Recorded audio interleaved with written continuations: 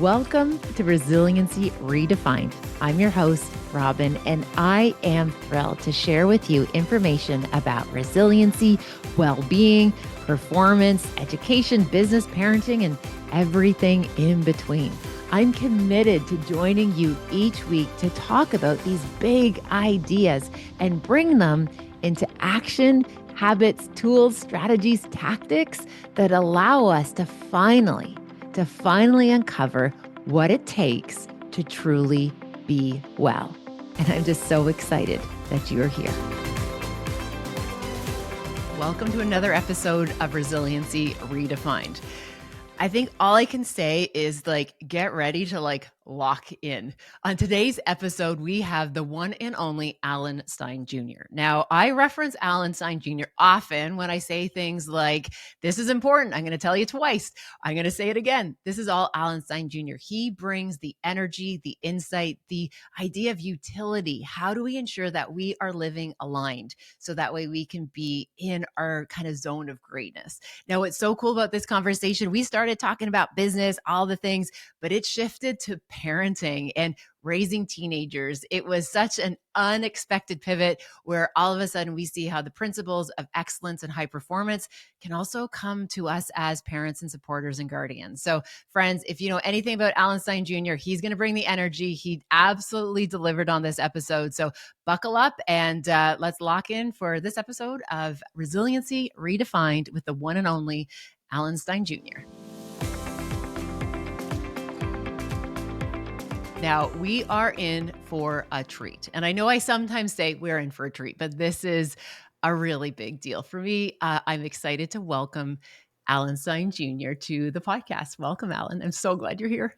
Oh, I'm so excited to be here as well. This is a treat for me. So let's have a fun conversation for sure. I'm in. Okay. So, Alan, for friends who don't know you, first of all, when I reference, hey, Alan Stein Jr. in the podcast, this is the guy. This is the person. I will say things, for example, Alan, like, this is important. So I'm going to say it twice. And I always say, this is important. I'm going to say it twice, just like Alan Stein Jr. Like, people always laugh at me. They're like, we know it's Alan, Robyne. I'm like, I know, but I just want you to know I'm crediting my sources. But Alan, for folks who haven't met you or connected with your work yet, could you just tell us a wee bit about who you are and some of the good work that you're up to these days? Be happy to. So on the personal side, I'm an amicably divorced, almost 50-year-old father of 3 teenage children.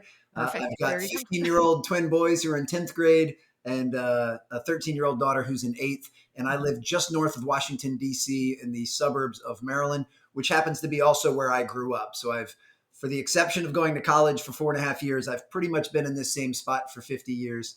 And that's the personal side.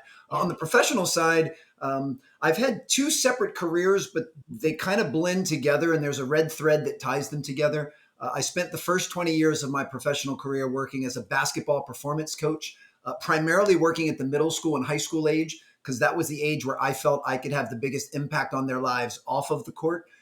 And then in 2017, I transferred over to doing more corporate keynote speaking and working more with peers. But I still very much consider myself a performance coach and a coach at heart. I just now teach folks, in the boardroom, how to apply the same things that I used to teach in the locker room. And then the cool part is all of these things also work in the living room. So the principles that I like to preach and teach on stage and on page are dear to my heart because they have such high utility and they really apply to every facet of us as human beings. So that's kind of who I am. And I'm very grateful to do what I do. And I love what I do. Oh my gosh, Alan, thank you for that. And you are so humble. Like, folks, go onto his website. You're going to see, hey, he's worked with groups like, oh my gosh, like Starbucks, Jordan, like American Express. Like you are working with some of the biggest organizations in the groups around the world. And then just below that, you're going to see Alan's picture with like Kobe Bryant, Kevin Durant, Steph Curry. Like, you're a legend in our house, Alan. Like, and again, and beyond, not just at our place, but and beyond. The work that you do, and what I absolutely love is that keyword that you said is around utility. It's like, we make this work and we know it works. And you have so many reps of seeing it work, knowing that these are the things that make a difference in terms of high performance. So, okay, everyone, I'm very excited. I'm sure you can tell that I get to have a conversation with this person. So Alan, right now, when the world feels so unwell, Like right now, like it's like almost like, are we talking about high performance? Because people are like barely coping. One of the things that I find so amazing about your work, and again, you cover this in your books, is the fact that the principles of high performance aren't reserved just for elite athletes. Mm-mm. Like the core principles of what it takes to be excellent, to be able to achieve greatness, these are things that any one of us, if we show up, we dedicate ourselves to, we practice a wee bit of that discipline, like Alan, we can do this. So help us understand what are some of those things that everyday people can do so we can unlock some of these amazing things that you talk about so beautifully in so many different places and spaces. What a beautiful place to start. But before I dive into that, I do want to make a very honest disclaimer, and that is really everything that I share, everything I write about, everything I talk about. I'm not coming from a place of mastery. This is stuff that still trips me up and I still have difficulty with and I'm still working on. But even to take it a step further, I know you and I have only gotten acquainted over the last few years, but had you known me 15, 20 years ago, I was the polar opposite of almost everything I preach and teach. I mean, I'm big on extreme ownership and not blaming, complaining, and making excuses. If you knew the 20 and 30-year-old version of me, I was the king of making excuses, the king of blaming other people when things didn't go my way. I talk a lot about, focusing on what you have control over and learning to let go of the things that you don't. Well, I had that in the inverse in my younger Yeah. days. I was always consumed with things outside of my control. So the Mhm. reason I share that is, I've lived a very fortunate life and I've had Yeah. some wonderful people and some wonderful experiences, but really to a T, everything I preach and teach, I've done the opposite of. And Mhm. that's what gives me so much compassion Yeah. when working with others. There's never an ounce of judgment, Mhm. even with my own children. Like I try to model for them, not blaming, complaining, or making excuses. But when they do, I lean in with compassion and empathy. I don't scold them. Yeah. I try and show them a better way because when I was their age, I did the same thing. So Mhm. that's kind of the disclaimer I like to make at the beginning because I don't want anyone to think that I have all of this stuff figured out. Now, what I I can love it. say with a huge smile and a tremendous amount of pride is I'm way further ahead today than I've been at any other point in my life. And I'm very pleased with the direction that I'm going. I'm certainly not at the apex of the mountain yet, but I'm climbing it every day and I'm going in the right direction. And really, that gives me a tremendous amount of peace. And then Yeah. one other point that I want to make is speaking of utility, not only do these principles lead towards more productivity and higher performance, but I'm learning now as I'm almost 50 years old, they're the exact same principles that lead to fulfillment, Yeah. that lead to joy, that lead to a sense of inner peace, that lead to a sense of I am actually enough and I don't need to accomplish or do anything in order to earn other people's, affection and love. I'm enough as is. So these principles, certainly, if you're looking at them through the lens of high performance, can be very valuable. But if you're just looking to hopefully improve, as you just said, in a very unwell world, Yeah. these things will really apply and help you out as well. Yeah. And Alan, I think that's why you have like such enormous amount of like credibility as somebody to offer some insight into this because you are so honest in your writing. Like you are so honest in the fact that like, hey, I'm still a student. I'm still figuring this out. And your curiosity and your commitment to like keep showing up and learning and improving. Like, yes, it's like set your career trajectory in the right direction, which is so cool to see, but it also just gives that kind of that again that credibility, that credence to be like this is a guy who gets it. Like this is somebody who absolutely get it. It's not like, you're just born into greatness and you won the genetic lottery and everything just has been kind of unfolded for you. Like Alan's worked at this. Like you have been a student of the craft of everything that you do. And again, that's why I'm so excited to talk about some of these principles. So Alan, where do we even start? What are some of the principles? What should we be thinking about? What should we be talking about? Well, let's even just start with kind of the pen that you just placed right there. Yeah. Whoever's watching or listening to this, do the best you can to not judge yourself or to be Mhm. self critical about wherever you are on the journey because we don't want to play the comparison game. Yeah. If you happen to be further ahead than I am right now, that's wonderful. If you happen to be further behind than I was 20 years ago, that's okay too. Try to remove the label of judgment and criticism and just know that wherever you are right now is your starting point and Yeah. that you can make the conscious choice to slowly but surely move forward and progress and learn to let go of these labels and trying to play the comparison game. I think that's a great place to start. And really, when I think of some of the traits that do have the highest utility, one of them is one that I'm constantly working on, but I talk about with my children all the time, and that's the ability to regulate your emotions. Yeah. It's your ability to kind of take the temperature of the world around you, acknowledge how you're feeling, understand why you're feeling the way that you're feeling, but then most importantly, don't let it dictate your behavior. The line I use with my kids all the time, and I was actually just working with a college basketball program up in New York and said, hey, every emotion is okay. Yeah. Every behavior is not. And we have to learn how to separate the two. I never in my life now do the best I can to never resist or suppress or ignore my emotions, Yeah. even when I'm feeling the unpleasant ones. Yes. Like it's not my preference to be angry or jealous or frustrated or irritated, but we have those emotions for a reason, and I allow myself to feel them, and then I try and dig deeper and figure out why I'm feeling that way. But then I'm incredibly cautious to make sure that I'm not treating others based on how I'm feeling, that I'm not being rude or disrespectful or diminishing someone else just because I'm in a low mood. So for me, I try to live up my core values and my standards regardless of how I feel.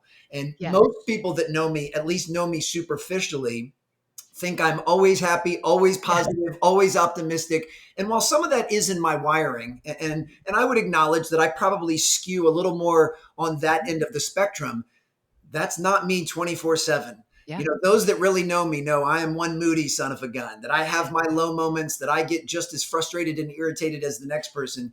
But I'm very proud of the fact that I very, very, very rarely allow my behavior to be dictated by that. And I had heard a performance coach, a mental performance coach years ago, say that our emotions are designed to inform us. They're not designed to direct us. Right. And that just hit me like a bolt of lightning. And that's really a creed that I try to live by. But I think that's kind of an epicenter that we can start. And, with picking these traits that, are the most powerful, it's also like asking me which three of my children I love the most.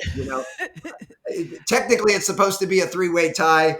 Most of the times it's my daughter because my knucklehead sons give me fits. But generally speaking, I love all three of them. And it's just like emotional regulation is one spoke off of the wheel that I think is a good starting point. Yeah. But it's not the only one. Yeah, absolutely. I absolutely appreciate that. And again, just to pull that thread that we often talk about that again, it's information that it's not directives, Yeah. right? So, it's like, and I often talk even with my own kids about and some of the athletes that I work with, it's like, nobody really feels like doing this all the time, right? Like very few people are just like, yes, I want to grind. I want to get up early. I want to say no to those social events so I can commit to what I'm trying to do right now or in this season. Like nobody wants to feel like that or do it all the times. And we don't let the feeling being the decision maker, Right. right? We acknowledge the feeling, as you said, we recognize maybe where is it coming from? We try to see it, spot it, name it, action it, but we don't let that decide whether or not we are going to show up in a respectful way or let that decide whether or not we're going to do our workout today or what that might look like. What it reminds me of, in the context I put it in, is the difference between motivation and discipline. Yes. And I happen to think that generally speaking, most people over-index and over-prioritize motivation when that's a slippery slope, because I believe motivation is just a feeling. It's no different than feeling happy or joy or sad or frustration. And like any of those feelings, it doesn't last forever. Right. Once again, on the continuum of humans walking the planet, I probably skew towards being a little more motivated than others most of the time, but I'm not motivated 24/7. So I can't rely on motivation to be the determining factor on whether or not I show up. Now, discipline, on the other hand, discipline is an actual decision. Discipline is a choice that you make in the moment. And the way that I define discipline is making a choice in the moment that most aligns with the person you're trying to become, or most aligns with the goal that you're trying to achieve. So as I just mentioned, I was just working with the women's basketball program at Columbia University up in New York. And that was the context that I put for them. They're trying to win an Ivy League championship this year. And I said, so in just the frame of that, discipline means that you make decisions that are most in alignment with becoming a champion. And that goes from what you're going to eat for breakfast to who you follow on Instagram to whether or not you eke out those last 2 reps on a bench press. Those decisions, you want to make a more disciplined decision more often than not. And yet at the same time, you want to give yourself the grace and space to be less than perfect, because no one makes disciplined decisions 100% of the time. The goal is to make them more frequently and progressively more often. And once again, most people look at me and go, Alan, you're just so disciplined. I could never get up early and work out. I could never do. And I'm like, I don't feel like doing any of that either most Yes. of the time. But Yeah. discipline is a muscle that you can build over time. And discipline is not something that's preset. It's not in our genetic code. Yeah. So when people say, I'm not disciplined, I just remind them that's a story that you're telling yourself. Mm-hmm. And historically, you may have plenty of evidence of when you've chosen to make undisciplined decisions, but you can change that with your very next decision. The very next decision you have to make, you have an opportunity to choose the more disciplined route. And when you start doing that more frequently, then you'll start to identify as someone who is a disciplined person. So if someone asks me if I'm disciplined, I answer with an affirmative immediately, because I tend to make mostly disciplined decisions in my life, but every single time it's a choice. Yeah, I love that. Oh my gosh, on so many levels, I love that. And to add kind of evidence to what you're describing, when we look at the role of that emotion of motivation, it actually behaves very similar to the other kind of primary emotions, and we know it lingers for about 90 seconds. Yes. So it's like 90 seconds, right? So unless you literally have the shoes tied up or you have whatever that thing is to make it so that you can then execute within those 90 seconds, as soon as that 90 seconds starts to dissipate, now you're going to have to rely on behavioral patterns, which is where that discipline piece comes in. And so often, especially when I'm working with folks who've gone through like a really difficult change season or uncertainty, and they just don't even kind of know where to start with it, sometimes I really encourage them, Alan, just to think like, what would like a healthy version of you do? Right? You don't feel Yep. healthy right now. You don't feel maybe motivated right now, but what would a healthy version of you choose to do right now? And they're like, well, the healthiest version of me would probably not doom scroll all night. I would actually get some sleep. I would wake up early in the morning. That's what a healthy me would do. I'm like, okay. And it's not like fake it till you make it, which I think is such a disservice. It's like unlearning and reacquainting yourself with your possibility, with your capacity for discipline. And as you said, the stories we tell ourselves. Absolutely. I love that. And the frame I use, there's two different that I use. And the first is, I'm pretty crystal clear on the man that I want to be Mhm. 5 years from now, 10 years from now, 20 years. I even have the optimistic delusion to think I've got another 50 years on the planet. Like when I Yes, turn 50 in January, I actually think I'm only at halftime. I And love my it. goal is to make my next 50 my best 50, and to Yeah. take all of these lessons that I've learned the hard way through the first 50 and apply the lesson moving forward. But for me, the frame is, whichever one of those timelines I choose to use, I try to make a decision that is most in alignment with becoming that person. So I want the 55 or 60 or 75 or 100-year-old Alan to be physically, mentally, and emotionally fit. I want him to have a strong connection with the people that he loves and cares about. I want that future version of me to be doing work that he considers meaningful and in service of other people. So that's not getting too granular, but those are kind of the big Yeah. rocks of who I aim to be. Well, now in the present, I just try to make as many decisions as I can to line up with that guy. Yeah. Once again, from what I choose to eat, to whether or not I work out, to what I read, to who I hang out with, to the things I say yes to being present with my children, like all of those things. And so what ends up happening is I'm planting seeds in the present to become that person in the future. But the beautiful part is I'm not delaying or postponing anything. I'm reaping the benefits in the present moment. Like I'm eating the healthy meal today and reaping that benefit. But I'm also planting a seed that if I come back on your show in 5 or 10 years, I don't want any of your listeners or viewers to be surprised if all of those things have come to fruition, because I'm designing my future in the present by the decisions that I make. And the last frame that I use, and this one's a little cheesy. I Oh, I heard this love when it. I was really younger, but I love it. Yeah. Every night before I go to bed, I kind of say to myself, Alan, you just traded 24 hours of your life for the progress that you made today. Are you happy with that trade? And Oh, if I'm wow. happy for trading some of my life, which I'll never get back, trading some of my life for what I got out of today, then it was a good day. And I can rest my head on my pillow and get sound sleep. And in the rare occasion, and it still happens, Yeah. that my answer is no. Today was not my best day. I did not show up as my best self. And I not only did I not make progress, I think I took a step backwards today as a father, as a Yeah. speaker, as a business owner, whatever. I give myself the grace and space to be less than perfect. And I know that, I'm going to have a do over tomorrow. So I still get a good night's sleep because Yes. I try not to hang up on the fact that today wasn't perfect. And if most nights I can go to bed saying I inched forward towards becoming that person, then it was a win, regardless of any external circumstances, regardless of how a speaking engagement went, Yeah. whether or not I even got the deal, whether someone buys my books, whether my kids talk back to me, regardless of any of those things. If I felt like I made some progress, then that day was a win. And I'm in control of that. The external world does not control whether or not I win my day. I've got the keys to the car and I will never give them away. Yeah. Alan, I'm just so inspired because I'm sure people are listening to this being like, F yeah, Alan, like, yes, like yes, yes, yes, all of it. And I've seen you in action. Like I've seen you at at an event in New York and you're bringing your pretty packaged lunches, right? Like you are not leaving your well-being at the hands of, hopefully I'll find something healthy that I can eat. Like you're Right. pulling out your Tupperwares, like you're pulling out your containers. You're standing up in a room and walking around because you're not going to sit there for Yeah. an hour and let your body get stiff. Like you practice this. And again, I love that you teach it, you preach it as you say, but you also like you are all in. Like this isn't just like Thank you. sometimes or in front of certain people or places or spaces I'm going to do this. Like Alan, like you fully embrace and are behind these practices and these principles, which is just amazing.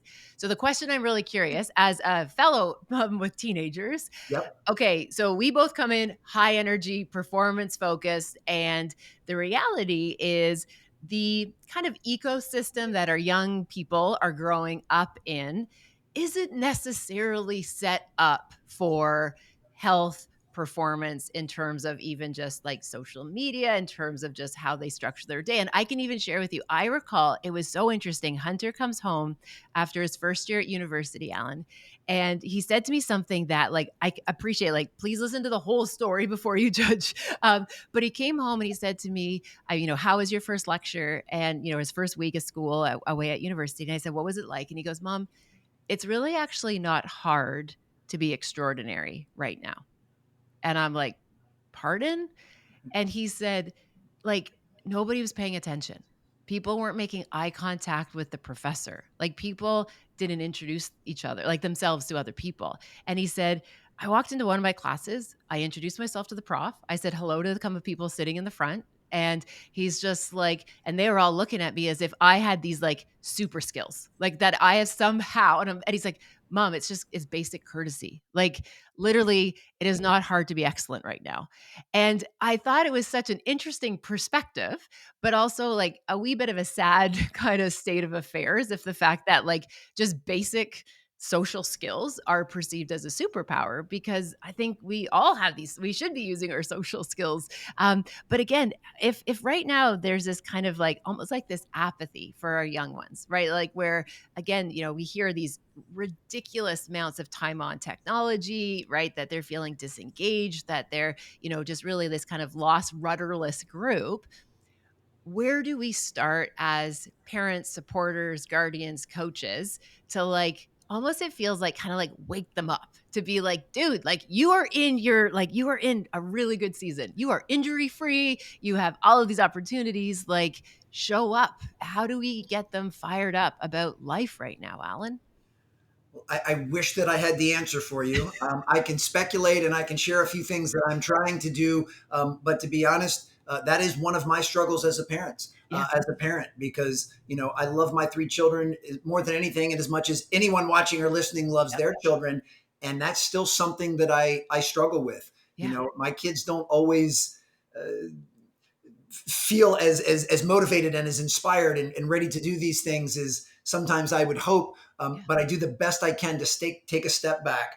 And for me as a parent, number one is obviously we love our children unconditionally, but it's not just that's not good enough. We actually have to communicate that to them and to show them. Because while I know that every parent does love their child unconditionally, many times as parents, our behavior undermines that because we tend to only show them that we're pleased when they're performing, when they're getting good grades, when they're scoring goals, when they're scoring points, when they're doing those things.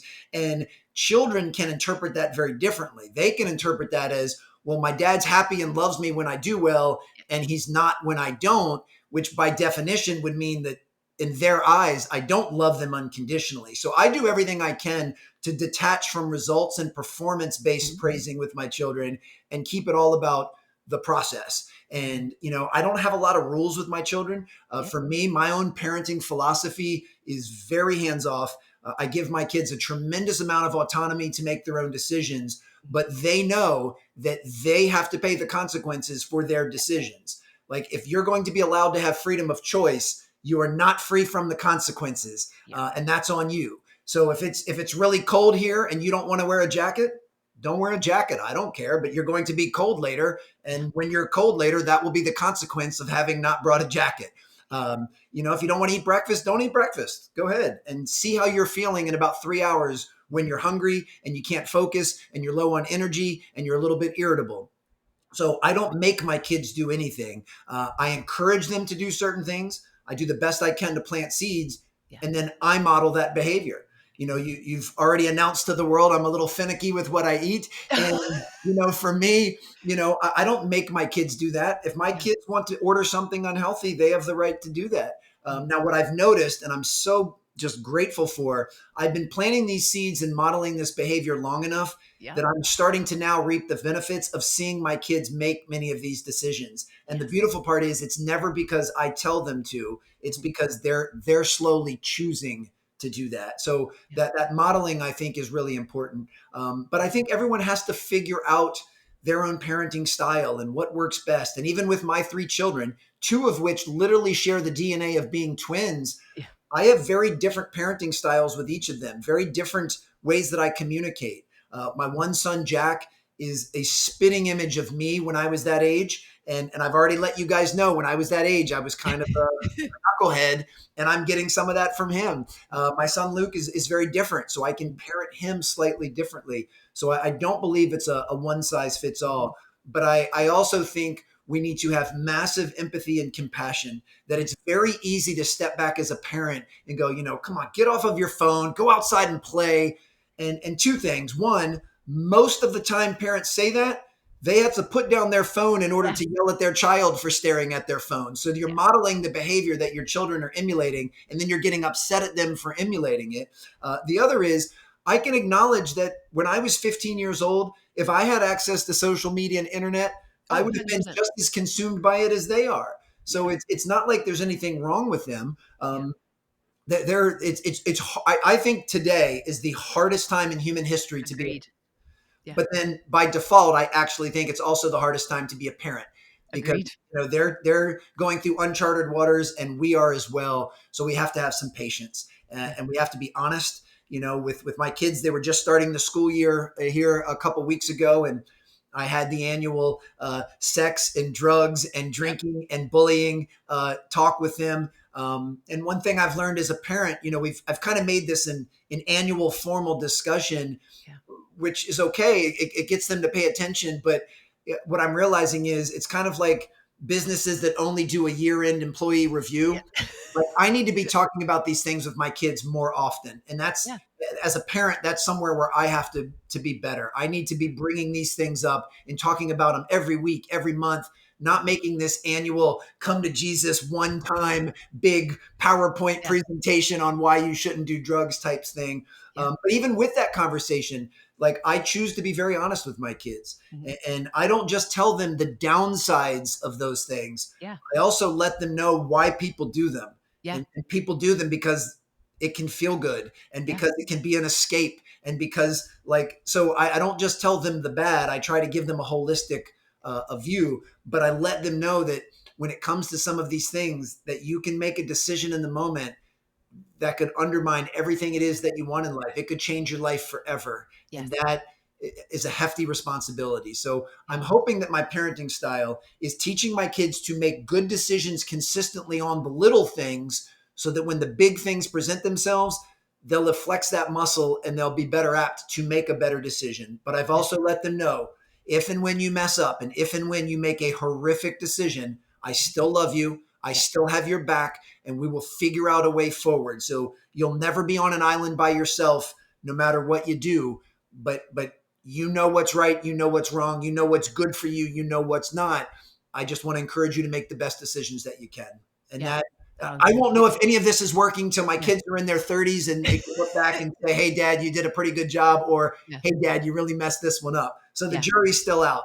There you go. I love that, Alan. And again, I just appreciate just your candor of the idea of not making it results driven, being open to knowing them, like allowing them that spaciousness to be able to use personal agency. Because at the end of the day, this isn't a matter of like, being a kind of a rescuer or a supporter for our kids. It's like, so they can make the decisions when we're not there, right? Yeah, Like when they're super little, we have to make those decisions. But the idea is they're going out into this big world and we want to know that they're able to think on their feet. We want to know that they're able to like understand consequences and again, understand the pressures and the pieces of information that they're getting. And again, we're raising critical thinkers. That's what this is all about. And it reminds me of years ago. I remember hearing a piece of advice that was so transformative as a sports parent because both my boys are ballers, and Ava was in gymnastics and cheer. And I remember this parent group, like this parent made this reference, and I wish I would know their name because I would drop their name every single time because I do love to drop my sources. But they said when your child finishes whatever activity, right? Whether it's like house league, doesn't matter if it's a school sport, varsity, D1, doesn't matter. Your job as a parent is to say, I love watching you do your thing. absolutely. It has nothing to do with outcome. It has nothing to do with like, hey, bad reffing is part of the sport too, right? Like, terrible coaching is part of it, right? Like this has nothing, like this is not your place or space to say that. And I recall like ever since the kids were little, they'd come off the court and, they would, some of these kids would run to their parent and the parents would have their stat sheets or the parents would be like this or that. And I would look at my boys and I'd just be like, I love watching you play basketball. Like, and that's all I'm gonna ever give you on that front because the me being here is as your supporter, it's as your biggest cheerleader. And you can tell me all the things about how that game went from your perspective. And I'm just gonna keep telling you that I love watching you play sports. I love That's so watching you do your beautiful. thing. And again, I feel like that's what a lot of parenting is about is we go from educator to almost like a mentor Yeah, of being like, hey, let me show you, let me give you some ideas. And then I'm also a safe place to land right. when you drop the ball or when there's a fumble or when things they don't go your way. Absolutely. Well, and I believe the parents that do it the other way are well intentioned, but they're just somewhat misaligned and misinformed. Yeah. If you were to go ask 100 parents right now, what do you want for your children when they're older? Most of them would answer to some version of, well, I just want them to be happy. Yeah. And for me personally, that's a little bit incomplete because I also tend to look at happiness as a feeling. And I don't know that it's realistic to say, well, I just want a kid that's always happy because Yeah. that ain't ever going to happen. That's not Yeah. real. So for me, it might be some more nuance. I want a child that's resilient and is fulfilled. Yeah. To me would be a better answer, but that's just playing verbal semantics. But if most people say, I just want my kid to be happy, and then what they turn around and do is they micromanage and nitpick over grades, over how many goals you scored, like what college are you going to.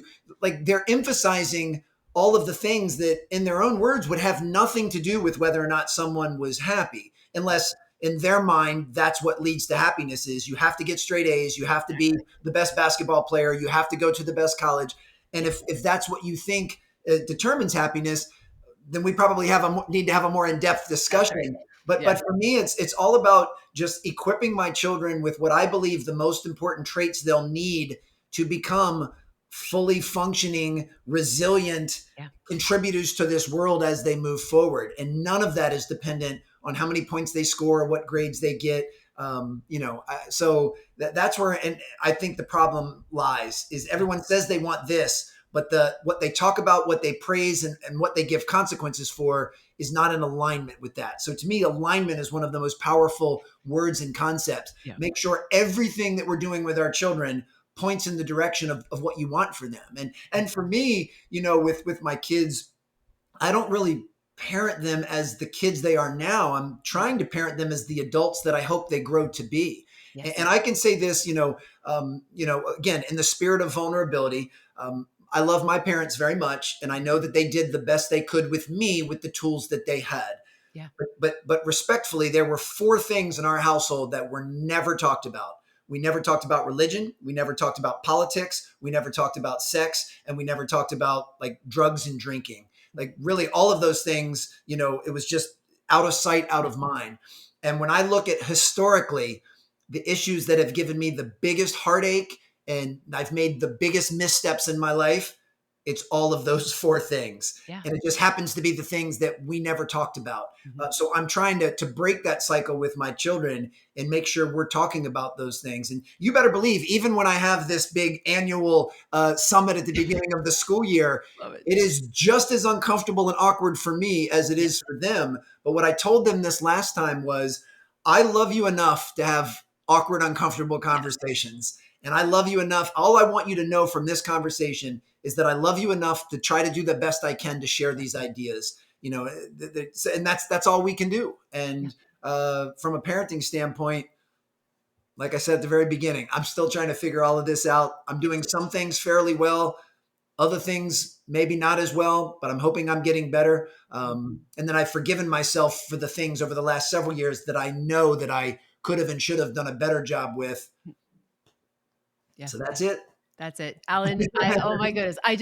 I love how, again, with such candor and it's just such clarity, right? And again, you were talking about like as parents, we want to make sure our message is aligned. Also, that ties back to what you said at the top of the top of the show about like ensuring that our choices today are aligned with Yeah. what we want to be in terms of what our goals are personally or professionally and what it looks like a year from now, 3 years, 5 years, 9 years, wherever we get to go, or, Yeah. or Al as a centurion, right? Like I love this. Okay. So I'm mindful of our time. And again, gosh, I hope we have like episode 2, 3, 4, and 5. Like I want to build more of these conversations as I appreciate it. And there's one little thing that I do when I end the podcast is I usually let people will leave a question for the guest. Oh, cool. And I have to share with you though, the boys knew that you were going to be the guest today. And there were 2 questions. And Hunter's like, I wonder if she's going to pick my question or my brother's. Of course, we can't pick favorites. So is it okay if I ask you 2 just kind of random questions from the boys? I'll be happy to answer both. Yes. Okay. So Jackson's question. So again, our house is such big sports fans. Jackson's question is do you have like a favorite sports like movie or a sports like what's your kind of go-to if you had to pick like this is the one that just fired you up or gets you excited if you have a movie that's your favorite sports movie? I've got a Mount Rushmore of them, and if I had to pick the singular one, it would be Rocky, the the, Oh, the there you boxing go. the boxing movies. I mean, Rocky One came out in 1976, which is the year I was born. Yeah, So I didn't really start getting into it till Rocky 3, which I believe was early '80s. So I it was still was. 8, 9 years old, and then absolutely fell in love with Sylvester Stallone. But that just Yes. that character of Rocky and being an underdog. If I could round out the podium, Yeah. Hoosiers, the movie Rudy, Yes. Karate Kid is another one that came out when I was 8 years old. I love those movies and Yeah. still watch them to this day. And to be honest, yeah, they're a little bit cheesy and hokey, but generally speaking, they still hold up. And even Totally. my kids have fun watching some of them with me. So yeah, I'll go with Rocky 3 is my all-time favorite. Okay, well, I am just like, this is why we're destined to be friends because mine is Rocky 4, Okay. and the puppy who's sound asleep here is Apollo. Our house is deeply versed in the Rocky era, so I love that response. Jax will be super excited to hear that, and it's interesting. So he loves all of the Rockies as well. Rudy's a top one for him, Yep. and another one interesting. I love how you said like this movie came out when you were like Karate Kid came out when you were 8. Yeah. So for him, it's McFarlane. So the Oh, McFarlane, that was the one where again, he was a little guy watching yeah. that and the Kevin Costner great movie about cross country running. But yeah, and of course Rudy is just permeates our family. Yes. Okay, so that was thank you for answering that. Now Hunter's question, I thought this was fascinating. He asked me this where we were chatting about it. We were walking the dogs this morning. He said, if Alan could change one rule in basketball, what would be the one rule that Alan would want to see changed? Wow. One rule.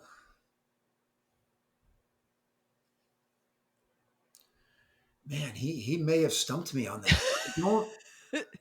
What I can say, if we're going to especially look at the NBA, Yeah. the rules overall have changed significantly from when I was his age Yes. to now, especially with the way defenses are allowed to play, with the Mhm. physicality, and I think today's day and age, the NBA is such a money making behemoth, and people tend to pay to watch offense and they Yeah. pay to watch points on the board. Yeah. Almost every rule has been tweaked to give the offensive player the advantage so that Yes. more points are scored. Yeah. Um, but I'm kind of old school. I Yes. kind of liked some of that pre 80s and 90s basketball where it was a little more physical. So I guess if I had to pick, and that is such an awesome question, I'll be thinking about this for the rest of the day.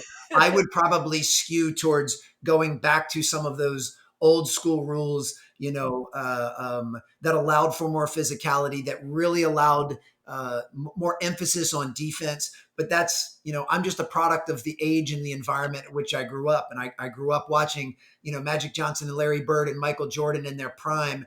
Mhm. So I'm kind of biased to liking the way the game was then. Yes. The other thing is because of Stephen Curry, I think singularly we can point at him. The game has gotten to the point where you either shoot layups or you shoot threes, Yeah. nothing in between. And as a basketball purist and someone who still attempts to play to this day, there's something very beautiful about the mid-range game That's and right. being able to take one dribble and shoot a pull-up. And we Yeah. just don't see that much anymore because the analytics have proven statistically that that's not the best shot to take. So once again, if we could get back to some of that, I think it was a beautiful game. But I'm not a current hater by any means. I Yeah. love the game today. I love the players today. I think what they do is absolutely remarkable.